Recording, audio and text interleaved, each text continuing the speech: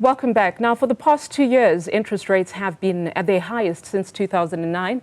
And ahead of the Reserve Bank monetary policy's decision this afternoon, we'll speak to investment analysts about savers, investors being the biggest winners. Amid the high lending rate cycle, we now speak to portfolio manager at Newzroom Holding, this is Handré Retief, about how consumers can also invest for more returns in the current economic environment. Very good afternoon to you, Handré. Thank you for joining us. Much anticipation this afternoon.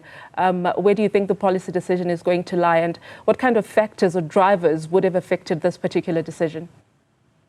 Hello, Audrey. Thanks for having us. I mean, obviously, I think it's quite clear that this afternoon would most likely be a 25 bips cut.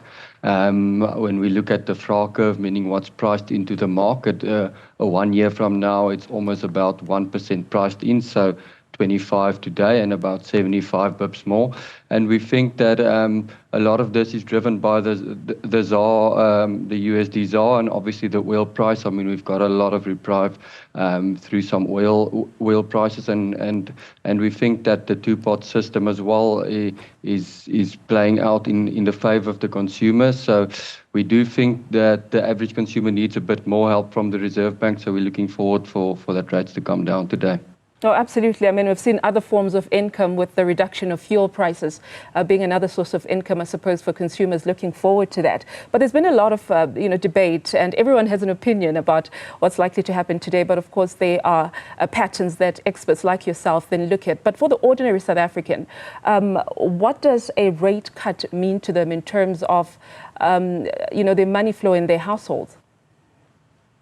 Yeah, I mean, if you look at the rate cut, in terms of savings for the average South African, it plays a big part in terms of their disposable income, but also their investment portfolio. So when you sit with the investment manager like ourselves, obviously we make some capital gain on the bonds. If it's not priced in, if it's already priced in, we already made the capital.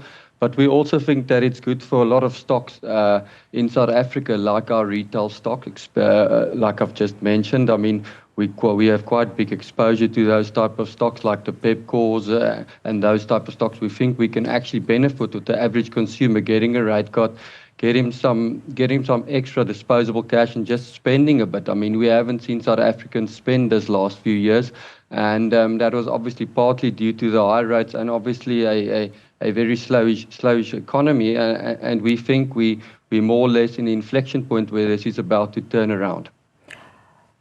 SARB's commitment to managing expectations, particularly with the announcement today, and also just avoiding market shocks, how tough do you think that was a balance for them, particularly for the decision that we're expecting here today? Yeah, I think SARB was quite clear. Every meeting was quite clear from the SARB. I mean, we've been actually very positive on the SARB, less positive on the Fed. I mean, the Fed has, in our opinion, been a bit more all around the place. But I mean, the SARB has been probably a bit dovish, and they have actually guided quite well in terms where they think neutral rate is. I mean, that's why we're quite positive that it's going to be only 25. So, like I've said, when you look at the global reserve banks, we think SARB is quite up there in terms of their guidance and their communication. And going forward, Handré, what kind of a rate-cutting cycle do you think lies ahead? Do you think it's going to be slow and steady, or are we likely to see a hard push later on? No, we definitely think slow and steady, and there's various reasons for that. We do think that the uncertainty in the US, obviously, it's our opinion that you can't cut too fast. You can't run away from the Fed in the US, and we think there's some uncertainties in terms of tariffs. Is it going to be inflationary? Is it going to be too much and demand destructive, maybe?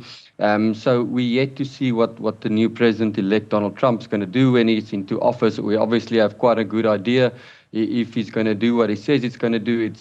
It can be quite influential on your emerging markets, and you've seen the dollar actually strengthen quite a lot since Donald Trump came into the office. So that's all the things that the SARB are looking for.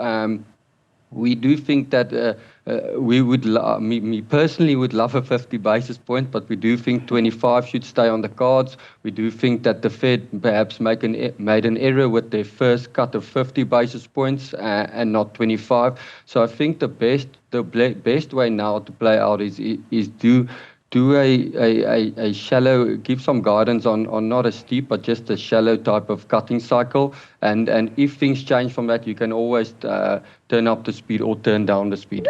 Perhaps pushing our luck there with a 50 basis point cut.